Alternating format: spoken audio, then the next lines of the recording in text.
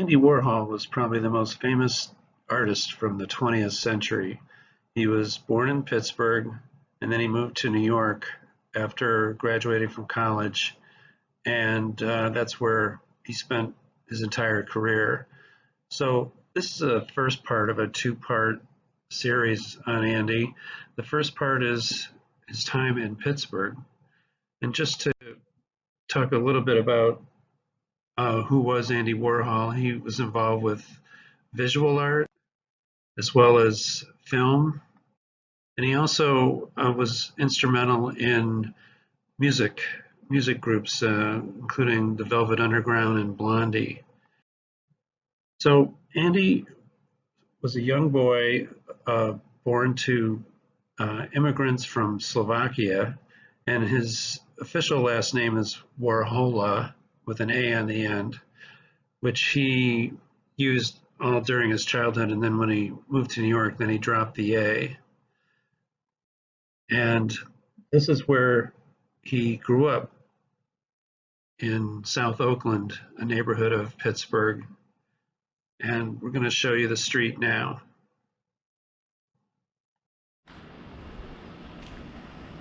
This is it, 3252 Dawson Street, where Andy Warhol grew up. So it's a working class street. A lot of students live here now. It's sort of a mix. And there's some really interesting houses on this street.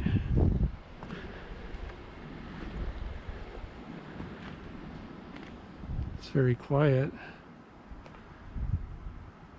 We're sort of downhill from University of Pittsburgh and Carnegie Mellon, where Andy went to college when it was the Carnegie Institute. I just want to show you a couple of houses on this street that caught my eye. So there are some old Victorian houses on the street, including this brick one, which is really a lot of work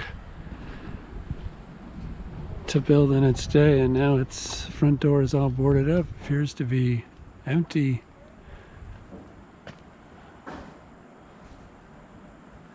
But very attractive, actually. So they would walk down this street on their way to the family church, which is where we'll go to next. So this is the church that Andy Warhol and his family belonged to here in Pittsburgh, and this is called Panther Hollow. It's one of several neighborhoods in Pittsburgh that are deep down in a steep valley amongst the hills, and you can see and hear highways that are flying by, but if it wasn't for the highways, it'd be a nice quiet neighborhood. But it's a very substantial looking church. You could see it from the highway, and it really catches your eye. So it's about a mile from where they lived, and they would walk to church, and I heard that they were regular parishioners. So this is on Saline Street in Panther Hollow, which is down the hill from Oakland. And this just gives you a picture of this neighborhood. And let me just get out of the direct sunlight so I get a hopefully better view without the glare. How's that? Andy Warhol's church. Look, one thing to keep in mind when you're looking for Andy Warhol's grave, we thought it would be right here by the church. They have a little cemetery here, but it turns out no, he's buried in a cemetery in the southern part of Pittsburgh. It's about a 20-minute drive from downtown Pittsburgh. This is Andy's senior year high school yearbook picture from when he graduated from Shenley High School in 1945. And this is what the building looked like back then, and it's still standing. We're going to show you what it looks like now. This is Shenley High School, the former high school in Pittsburgh in the Oakland section. It's now an apartment building. It's where Andy Warhol went to high school. So if he got here, he could walk up here. It would be all uphill. Beautiful high school, beautiful building. So he must have graduated right after World War II, because he was born in 1928. So around 1946 is when he graduated.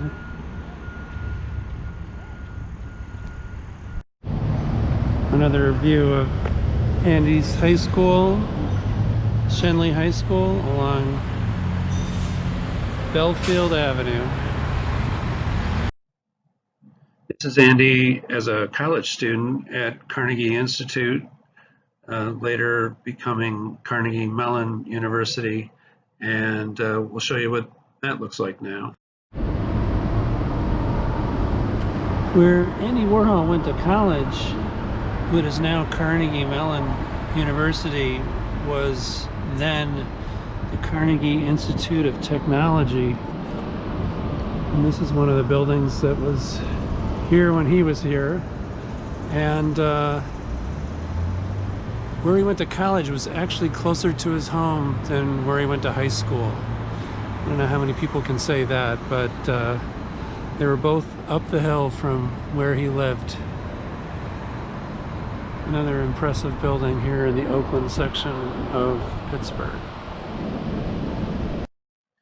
Now, Andy moved to New York after he graduated from college in the 1940s and lived in New York, where he pursued his career for 40 years until he passed away at the untimely early age of 58 in 1987. And there was a memorial service held for him in New York, and then he was brought back to Pittsburgh to be buried near his parents, south of Pittsburgh. And this is my wife at his gravesite. My wife Lynn is a Pittsburgh native, and we eventually found the gravesite, and we're going to show it to you now. So here we are at Andy Warhol's grave in Castle Shannon, south of Pittsburgh. And one thing to look for when you're looking for the grave is there are cameras that are focused on his grave so that you can see what's going on at his grave any time of the day or night. It's a real-time camera. So you can see his grave is adorned with things you don't see in a normal grave, like Campbell's soup cans and other ephemera, memorabilia. And his this shows that he was born in 1928 and died in 1987 at the age of 58. He died young. He was never quite the same, they said, after he was shot by a deranged woman in the abdomen and had to have major surgery and survived that, but it affected him long term. And then he passed away in 1987 in New York. And then he was brought back here for burial. And this is his parents. Warhola is the official last name. They were originally from northeastern Slovakia in the what was formerly the Austro-Hungarian Empire. So, Andy, rest in peace. Just to give you an overall picture of the neighborhood that the cemetery is in, it's on a hillside. It's not a huge cemetery,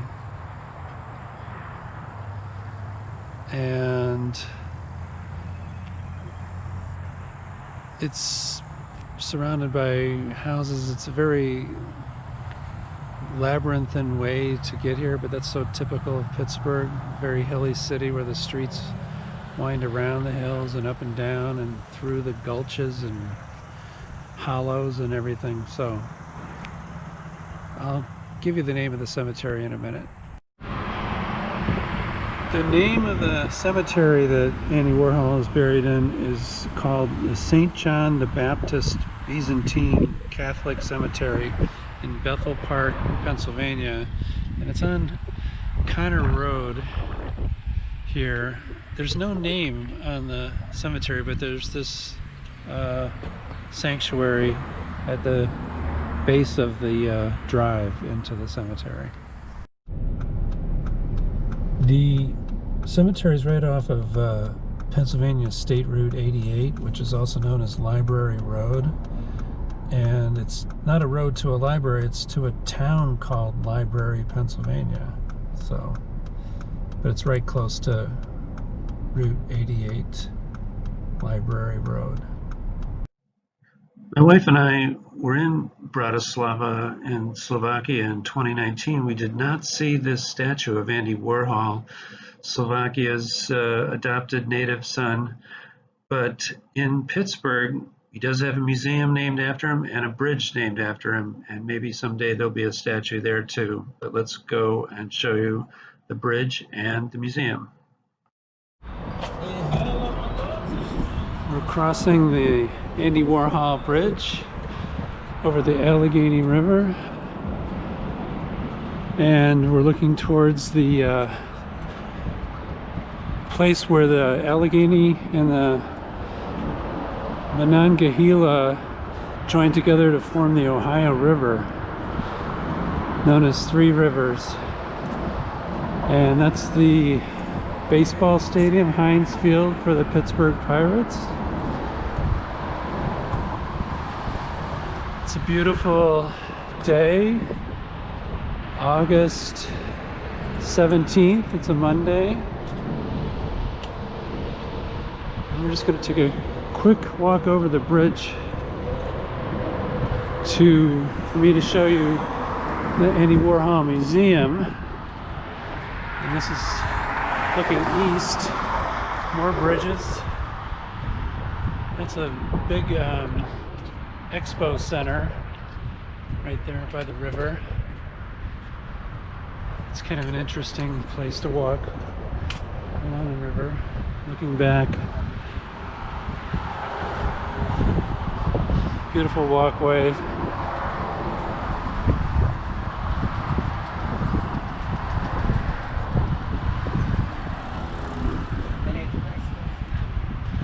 So many less people here in Pittsburgh than there are in New York. It's such a difference. There's lots of people, it just doesn't seem as crowded.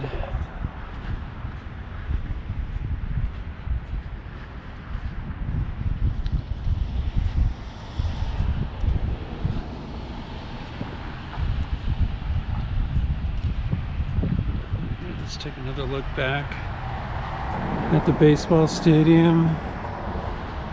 They are playing this year in 2020 during the pandemic. They just don't play with any fans. You can watch it on TV.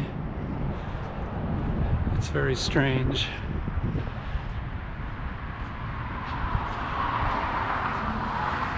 All right, let's get to the museum. I see it right down there. I don't know if you can see it in the camera, but it says Andy Warhol Museum. vertical sign along the side of the building, right past the Burns White building. Okay, here we are at the museum in the former Frickin' Lindsay Company building, and it's closed on Mondays, so I came here on the wrong day, but we'll take a quick look inside. It looks like a cafeteria, and I know it has a great gift shop.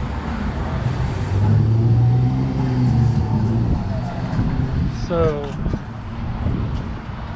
we'll just walk across and take a look back at it. I just wanted to show you there's parking available. I parked on the street across the river for $1, but it's not for very long. They do have parking here. I don't know if they charge on the days that they're not open, but it's $8 to park. So there you have it. There's the Andy Warhol Museum here in Pittsburgh. It's well worth the visit.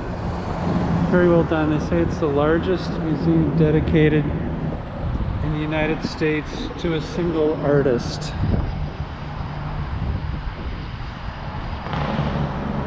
And they have audio collections and film collections, as well as art. And I read where they just discovered a previously unknown piece of music by Lou Reed in the archives last year. So I know the archives are very extensive. Andy was quite the collector, and they keep digging through the archives and displaying more things. So definitely worth a visit. Right across the river from downtown Pittsburgh.